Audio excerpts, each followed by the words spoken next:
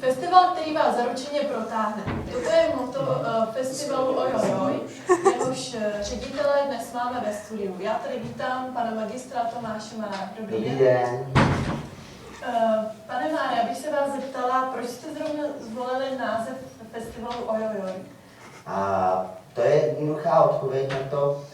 Je to vlastně, vzniklo to napsání našeho sponzora, je to asociace na jeho jméno a v rámci průzkumu ještě zjistili, že vlastně poslední myšlenky zákazníka před použitím jejich služeb je ojojoj, ojojoj, takže vlastně když vidějí název toho festivalu, tak by si měli to dostat do paměti, aby mysleli při každý jakoby potřebě na toj. Proto vlastně máme v rámci jakoby ten název je spojený takhle s naším sponzorem. Ano, a já se zeptám, kdo na tom festivalu zahraje? Naším hlavním trumfem je spojení německé hardrockové kapely Rammsteini s Karlem Gottem. Karel Gott bude zpívat místo toho jejich zpěváka a mělo by to být netradiční propojení různých dvou kultur. A dále Eva Vašek hlásí velký návrat po tom, co se Eva jakoby skončila s hraním, tak se vrátí na našem festivalu. A pak máme další ještě jako připravený, například kapela Lucie si taky chystá návrat. Byl to takový festival návratů. Tak to vypadá určitě zajímavě. A já bych se vás zeptala, proč jste na jednom festivalu spojili Rammstein s Karlem Gottem? A vy byste nechtěla vidět Rammsteiny zpívat Včelku Máju? Jo, tak to určitě chtěla, ale jak se vám povedlo vlastně Rammstein tak vidíte, proto je tam máme, takhle to spojení.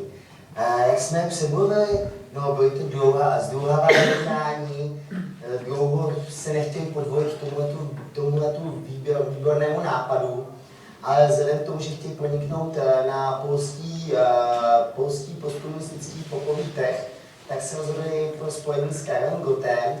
Navíc jsme jim mohli nabídnout v rámci našeho vzájemné dohody s Toj, že Toj jim poskytne vlastně veškerou podporu, support na jejich turné, takže vlastně oni si nemusí starat o toalety. To je výborné. Teď bych se zeptala, které pivo můžeme na festivalu ochutnat? No, my jsme si nechali udělat průzkum a pivo na festivalech je tabu. My jsme se rozhodli pro mléčné bary.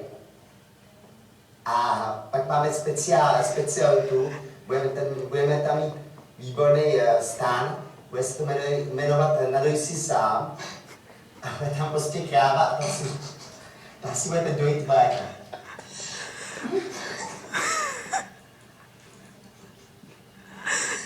Dobře, a mám tady poslední otázku. Když vlastně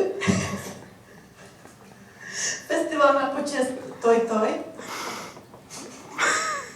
jestli budou ty toalety nějak speciálně vybavené? Původně jsme zamýšleli, že bude jako normální, ale nakonec jsme se rozhodli, že tam bude ropuch. Speciálně upravený ropuch, pěstovaný na zahrádce v jižních Čechách, v Budějovicích. A bude i s beruškama? Ne, bude se sluníčkama. Že se sluníčkama? Ano, se sluníčkama.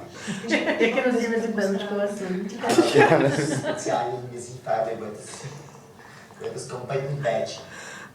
Dobře, já vám velmi děkuji za rozhovor a s vámi diváci se loučím. Mějte se hezky, nashledanou, na viděnou.